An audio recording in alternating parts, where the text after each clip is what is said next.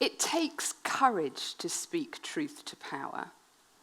But equally, if you're the power, it takes enormous humility and skill to be able to invite and then listen to truth.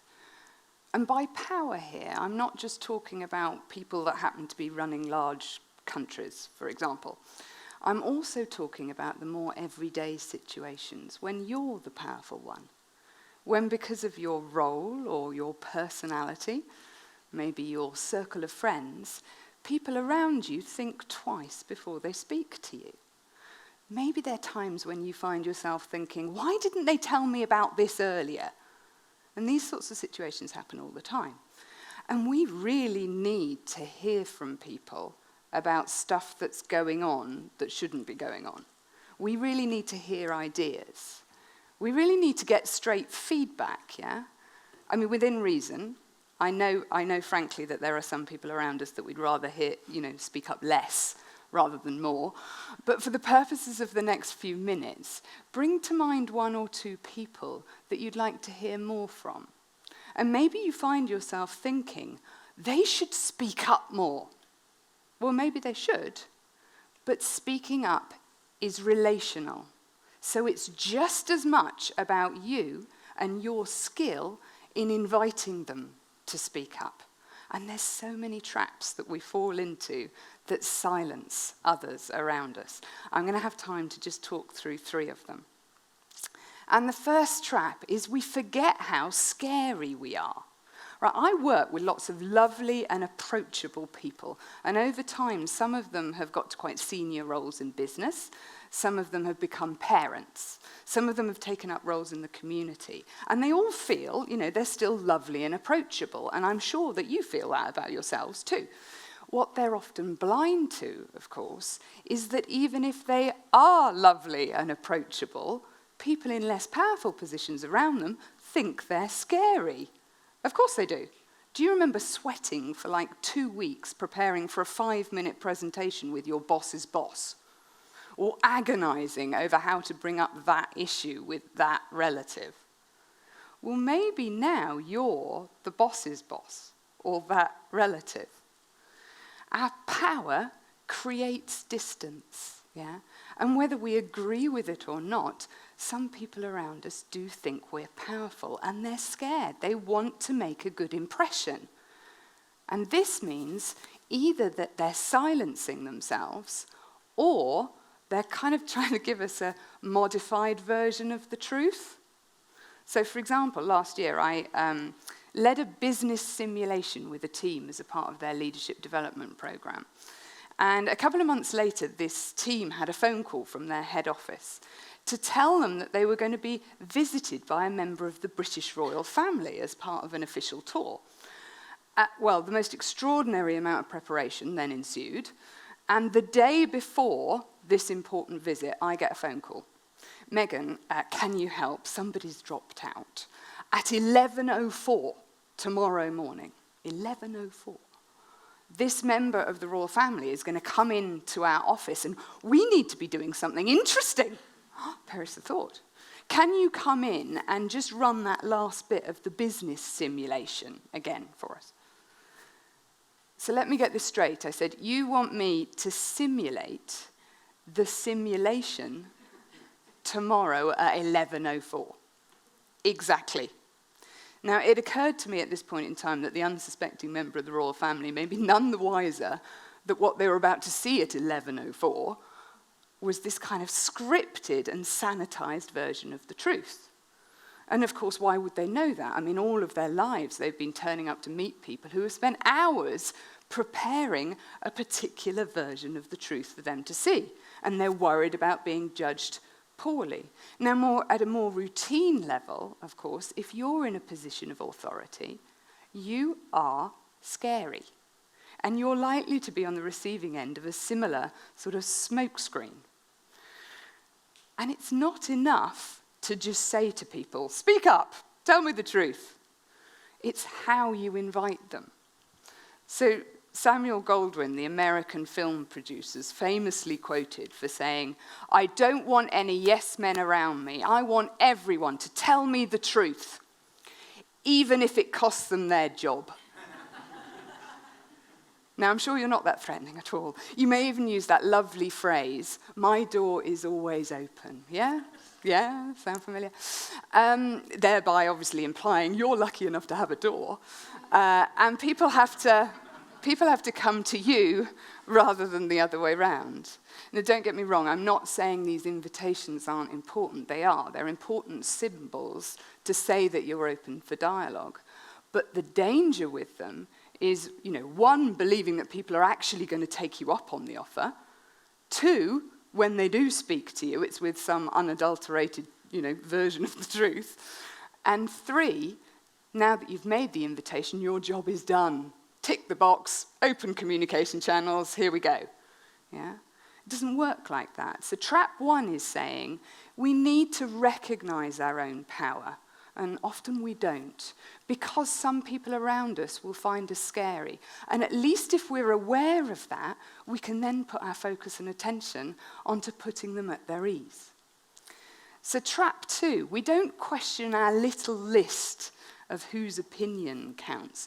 We interviewed a chief executive who spoke to us really passionately. I want people to bring their whole selves to work.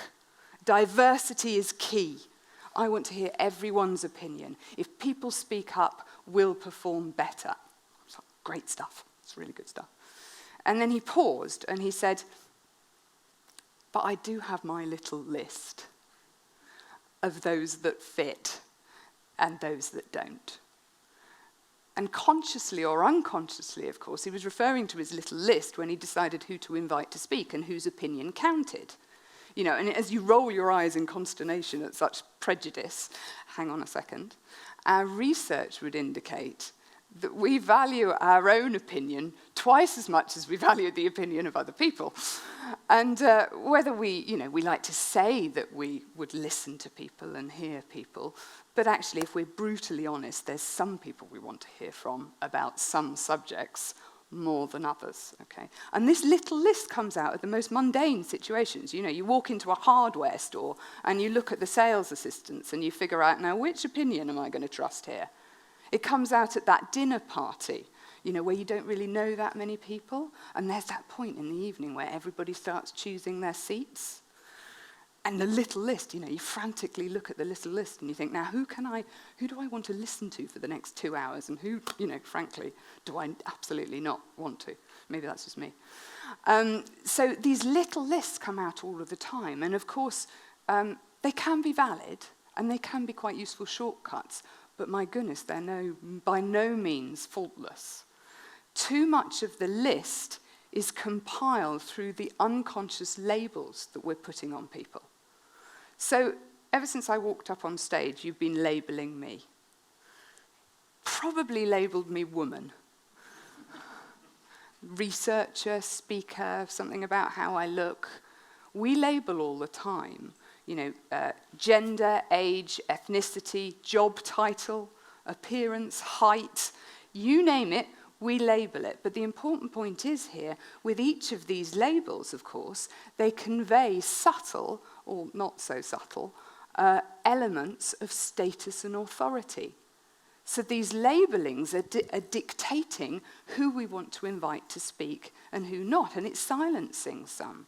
In my 20s and 30s, I was a management consultant, and on occasion I was invited to present analysis at board level. And I'll always remember in a performance appraisal, I had said to me, the problem is, Megan, you walk into the room and you're labelled young and woman. Or if I was lucky, I was also labelled girl, apparently, on a number of occasions.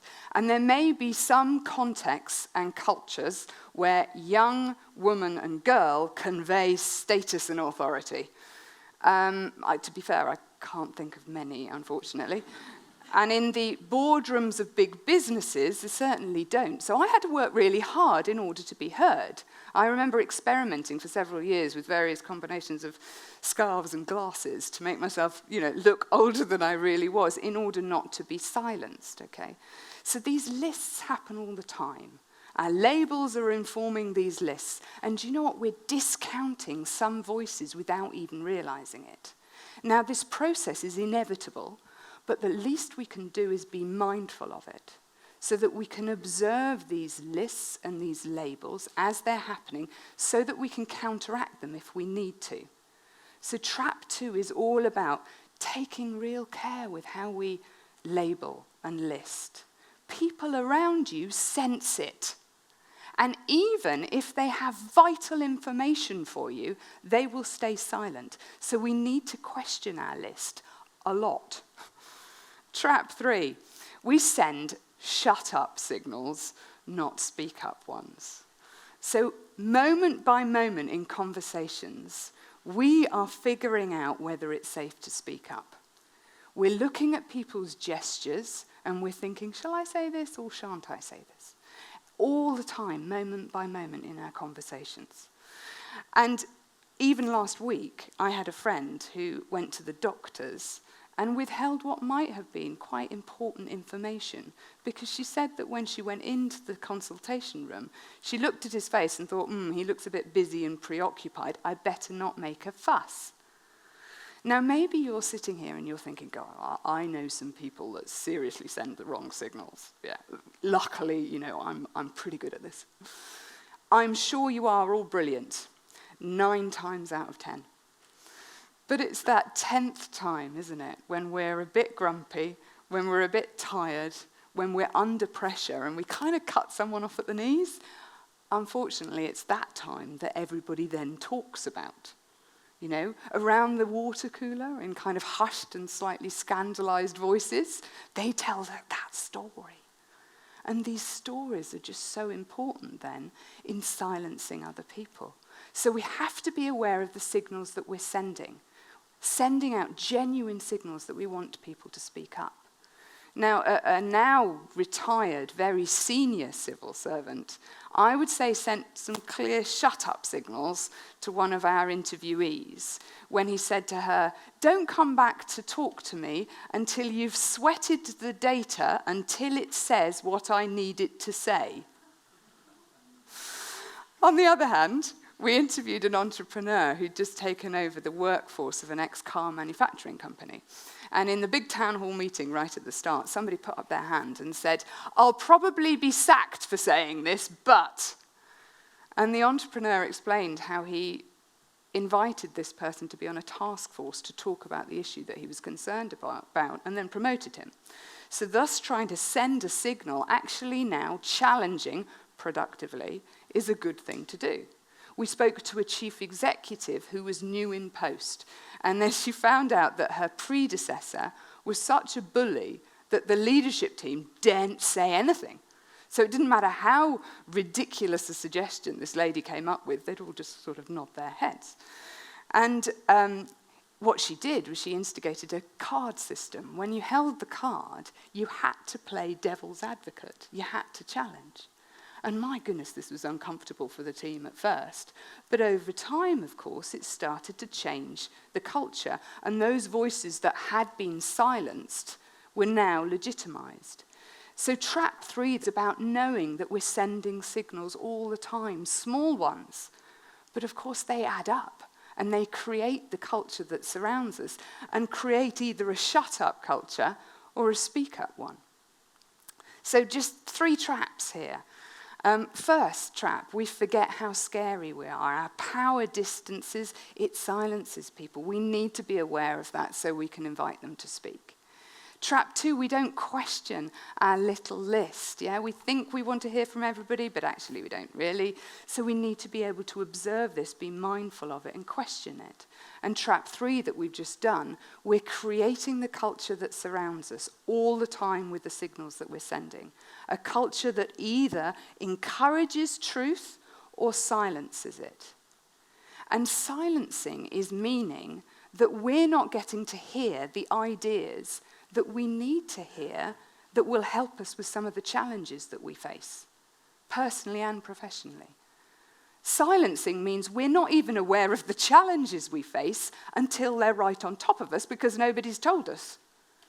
And silencing in some cases is costing lives.